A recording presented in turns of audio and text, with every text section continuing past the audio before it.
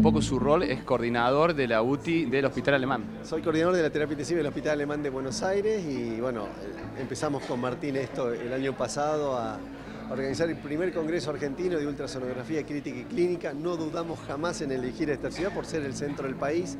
La verdad que a la gente le queda mucho más cómodo dirigirse hacia el centro del país que a cualquier otro lugar mucho más distante y la verdad que increíble lugar, increíble el congreso, increíble el hotel, la hospitalidad de la gente de Río Cuarto, así que enormemente agradecido a todos ustedes. Cuéntenos respecto de su rol profesional en el Hospital Alemán, ¿cuántas camas tiene la unidad de terapia intensiva? Es un hospital de altísima complejidad, son 30 camas médico-quirúrgicas, es un hospital de referencia en Latinoamérica por todo el desarrollo tecnológico que tiene y que viene desarrollando desde hace muchísimos años, con unidades de trasplante hepático, reno pancreático, cardíaco, médula ósea, y unidad médico-quirúrgica predominantemente, pero de pacientes con muy alta complejidad. ¿Qué tipo de pacientes atienden allí en la unidad de terapia intensiva? Sí, es una unidad, como te decía antes, postoperatorio de trasplante, postoperatorio de cirugía alta complejidad y cualquier patología que genere descompensación o riesgo para la vida de un individuo, neumonías graves de la comunidad, insuficiencia renal aguda y demás, que son patologías en general que requieren soporte con muchos recursos tecnológicos, con ese paciente en general en el que va a la unidad de cuidados críticos.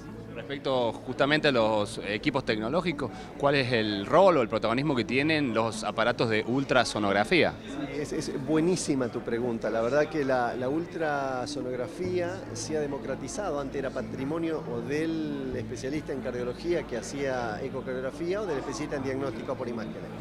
El rol de la ultrasonografía en el ámbito de las unidades críticas, emergencias y ambulancias, es decir, en el punto de atención, implica siempre respondernos una pregunta puntual. Yo tengo un paciente que está ante una situación de riesgo de vida y hago una ecografía buscando cuál es la causa de esa descompensación. Antes trabajábamos a ciegas, es decir, suponíamos, imaginábamos, interpretábamos en base al examen clínico algunas situaciones patológicas que hoy las podemos ver. Podemos ver si un corazón se contrae bien o se contrae mal, podemos ver si una neumonía está ocupando una parte del pulmón, podemos ver si un riñón se dilató o no, si un intestino está funcionando bien o no, o si algún vaso se ha ocluido o no. Esa interpretación que antes demoraba tiempo porque necesitaba que venga el especialista de neumonía general, hoy la hace el intensivista, el emergentólogo, el cardiólogo en su unidad de cuidados críticos y el emergentólogo en la ambulancia, en el punto de atención. Permite hacer diagnósticos mucho más precoz, precisos y guiar la terapéutica porque es repetible, no invasiva, portable, podemos llevar los equipos hacia distintos lugares de la unidad con muchísima facilidad. Y en medicina me imagino que el tiempo es fundamental para una eficiencia en el diagnóstico. Sin duda, y más para estas áreas como emergentología y área crítica. Hoy, por ejemplo, colocamos catéteres, accesos vasculares periféricos y centrales para enfermos que necesitan altos volúmenes de drogas o fluidos endovenosos o drogas que necesitan pasar por vías centrales guiadas por ecografía. No es lo mismo ver el vaso y punzarlo guiando y mirándolo que hacerlo a ciegas como hacíamos antes. Así que, como decís vos, el tiempo apremia, el tiempo juega un rol en la evolución del paciente, el tiempo es pronóstico cuando nosotros nos demoramos en el diagnóstico y la ultrasonografía ha venido a ayudarnos en esto, a cortar los tiempos y aparte hacer un seguimiento del paciente que cada uno tiene en su unidad.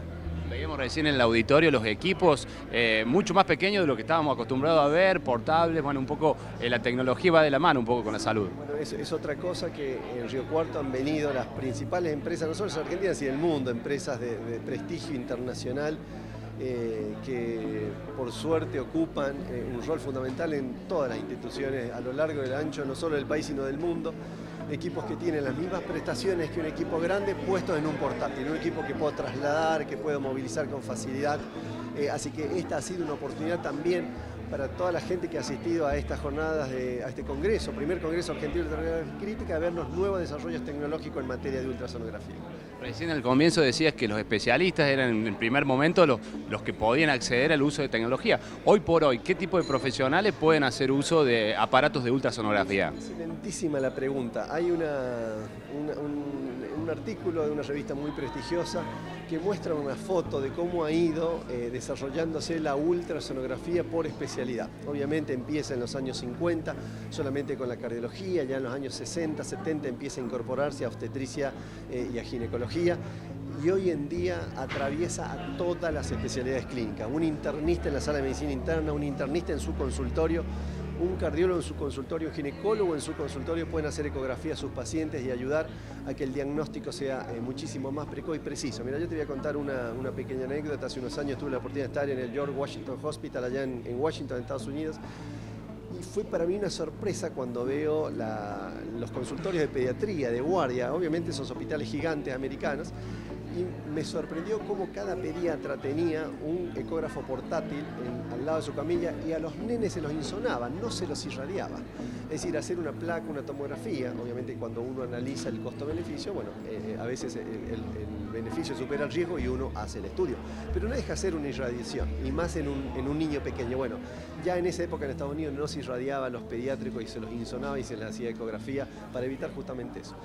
Imágenes de mayor calidad en tiempo real, al lado de la cama del paciente y sin ningún riesgo para el paciente. También la enfermería y la kinesiología hacen uso de esta tecnología. Bueno, es interesantísima la observación porque ya, como te decía antes, el ecógrafo se ha democratizado, ya no es patrimonio de una especialidad en particular o de una profesión dentro del ámbito de salud en particular, sino de todo aquel que adquiere herramientas y se forma en esto. Los enfermeros colocan sus accesos guiados por ecografía, pueden ver si hay una sonda vesical bien o mal posicionada, pueden ver si una sonda nasogástrica está bien posicionada por ultrasonografía, y en muchos casos, por ejemplo, enfermeros nuestros en el hospital alemán hacen ecografía pulmonar y cardíaca para ver cómo está la situación hemodinámica que se presenta. Hay que recordar que el enfermero es la primera línea de atención de cualquier paciente crítico, antes que el médico, que pueda hacer una valoración hemodinámica, cuál es la situación y qué es lo que está pasando, a nosotros nos facilita muchísimo la tarea. Y se ha desarrollado, como decías vos, en el ámbito de la kinesiología, la ecografía muscular, la rehabilitación hoy de cualquier paciente internado en cualquier ámbito es fundamental,